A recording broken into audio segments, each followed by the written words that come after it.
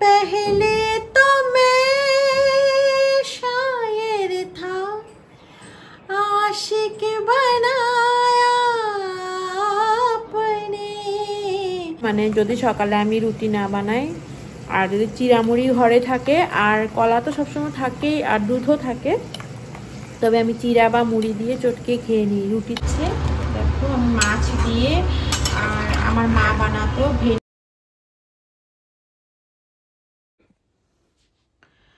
তো আজকে সকাল সকাল ব্লগটা শুরু করেছি। গগন চলে গেছে স্কুলে আর এখন আমি ঘরে এসেছি। গগনকে গাড়িতে উঠিয়ে দিয়ে এসেছি, স্কুল বাসে উঠিয়ে দিয়েছি। আর আমি কি করেছি জানো, আজকে কয়েকদিন ধরে এত বৃষ্টি, নন স্টপ বৃষ্টি, তো আমি প্রত্যেকটা রুমে রুমে মানে যে রুমে রাত্রেবেলা ফ্যানটা চলে সেই রুমে আমি রশি টাঙিয়েছি। আর দেখো এখানে আমি কাপড় মেলেছি, কারণ কি এত কাপড় জমে গেছে আর যদি কাপড়গুলি এখন না শুকায় মানে ঘরে গন্ধ।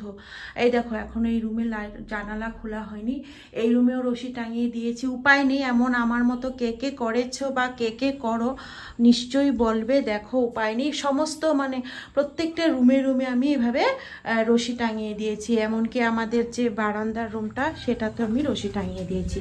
সেই রুমটাতে এখনো ফ্যান লাগানো হয়নি, তাও আমি জানালা খুলে দিই। জানালা খুলে দিলেই ভীষণ মানে হাওয়া আসতে থাকে আর হাওয়া এসে কাপড়গুলি শুকিয়ে যায়। তো দেখো আমি এই জানালাটা আর এই দরজাটা মোটামুটি সারাদিনই খোলা থাকে, তো শুকিয়ে যায়। তো হ্যালো বন্ধুরা, নীলিমা অনামিকার আজকের এই ব্লগটিতে তোমাদের সবাইকে স্বাগত জানাচ্ছি। তো এখানে কিছু কাপড় শুকিয়ে গেছে, তো কিছু কাপড় আমি রশিদ থেকে নামিয়ে নিয়েছি। আর সকালবেলায় এদিকে গগনকে খাওয়া দিয়ে এসেছে, মানে খাওয়া দিয়ে এসে মানে গগন ব্রেকফাস্ট করতে করতে স্কুলে যাওয়ার জন্য যে রেডি হয়েছিল না, তো ব্রেকফাস্ট করতে করতে আমি এদিকে কিছু কাপড় ভাঁজ করে নিয়েছি। এখন এই কাপড়গুলিকে আলমারিতে ঢুকিয়ে দিব, তবে আমার মোটামুটি বিছানাটা ক্লিয়ার হয়ে যাবে। তারপর আমি ঘর দরজা ঝাড়ু দিব।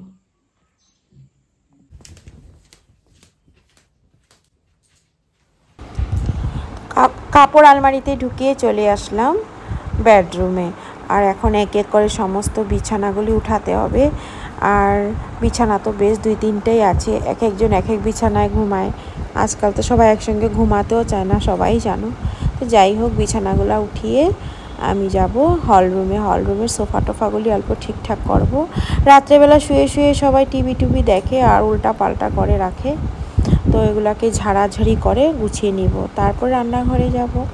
রান্নাঘরে গিয়ে দেখি কি খাওয়া দাওয়া করা যায়। গগন আর সোনুর তো খাওয়া হয়ে গেছে, এখন আমি কি খাবো তাই রান্নাঘরে গিয়ে ভাববো। তো চলো আমার সঙ্গে থাকো আর আমার ব্লগটি দেখতে থাকো। আর আজকে আমার গলার আওয়াজটা একেবারেই ভালো না। গলার আওয়াজে তোমরা বুঝতে পারছো একদমই ভালো না। কয়দিন ধরে ঠান্ডাও লেগে গেছে, এই যে ঝিরিঝিরি বৃষ্টি পড়তেই থাকে সারাক্ষণ। আর আমি তো বের হই অল্প পরপরই, কালেকশনে যাই না, আবার নিজের সংসারের জিনিস টিনিস আনতেও যাই বাইরে, তো বারবার বের হতে হয়। সবসময় তো আর রেনকোট নিয়ে যাওয়া যায় না। হঠাৎ ভালো ওয়েদার দেখেই বের হই, হঠাৎ দেখি বৃষ্টি এসে যায়, মানে এই চলছে আজকে 15-20 দিন ধরে। তো ওই ভিজাভিজিতে অল্প মানে ভয়েসটা দিতে আজকে প্রবলেম হচ্ছে, তোমরা আমার আওয়াজে নিশ্চয়ই বুঝতে পারছো। তো যাই হোক, ভয়েসটা দিচ্ছি। তো আমি সঙ্গে সঙ্গেই দিয়ে দেই, ভিডিও বানাবার সঙ্গে সঙ্গেই দিয়ে দেই। কোনো সময় না দিলেই পরে ভয়েসটা দিতে হয়, তখনই মানে প্রবলেমটা শুরু হয়ে যায়। তো যাই হোক, আমার হল রুমটাও মোটামুটি গুছানো হয়ে গেছে। চলো দেখো। তো আমি ব্রেকফাস্ট করার পরে রান্নাঘরে যাব আর কি খাবো এটাই ভাবছি। তো খেয়ে নিব আজকে কলা, মুড়ি, দুধ এগুলি খেয়ে নিব। আর রান্না করব রৌ মাছ। সোনু বলছে মা অনেক দিন ধরে রৌ মাছ খাচ্ছি না। আর রৌ মাছটা আমাদের মা ছেলে তিনজনেরই প্রিয়। রৌ মাছ আর কাতল মাছ খুবই প্রিয়। তো রৌ মাছটা এনে দিয়ে গেছে আর বলছে মা তুমি না একটু হালকা করে কিছু ভেন্ডি টেন্ডি ঝিঙ্গা টিঙ্গা দিয়ে ঝোল বানাবে। তা আমি ভাবলাম হ্যাঁ আজকে ভেন্ডি দিয়েই ঝোল বানাবো।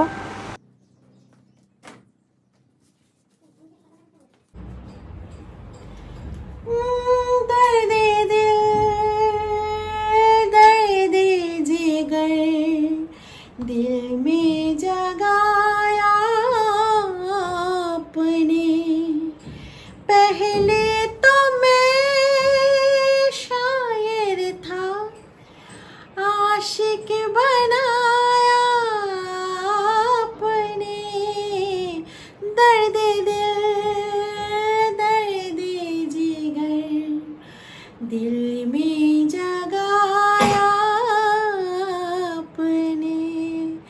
কাজের ফাঁকে ফাঁকে গান মনে অনেক আনন্দ দেয়, হয়তো আমার মতো এমন তোমরাও করো। তো নিয়ে নিয়েছি দেখো দুধ, মুড়ি আর কলা। এই মুড়িটার সঙ্গে আমি কলাটাকে ভালো করে চটকিয়ে নিয়েছি, আর দুধ দিয়েছি, আর 1 চামচ চিনি দিয়ে দিয়েছি। তো অতিরিক্ত খিদা পেলে আমি এগুলাই খেয়ে নিই, আর রুটি টুটি বানানো হয়নি আজকে, তার জন্যই তো আজকে আমি এটাই খেয়ে নিব।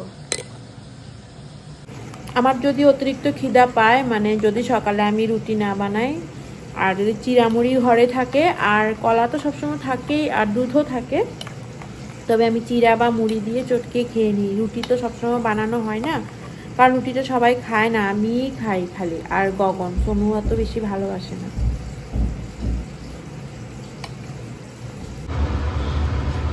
তো আমার রান্না হয়ে গেছে দেখো, আমি মাছ দিয়ে, আর আমার মা বানাতো ভেন্ডি দিয়ে, আর এরকম আলু দিয়ে, টমেটো দিয়ে ঝোল।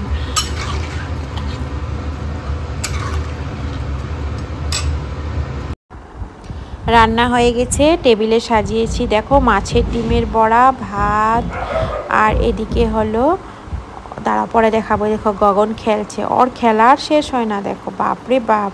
তো ওদেরকে বলছি আসো খেতে আসো। এদিকে মাছের মাথাটা দিয়ে ভেঙে অল্প বানিয়েছি, আর বানিয়েছি হলো অল্প ডাল, অল্প আমের চাটনি, একেবারে চাটনিটা কম করে বানিয়েছি, আর ডাল, আর মাছ, ভেন্ডি, আলু, টমেটো দিয়ে ঝোল।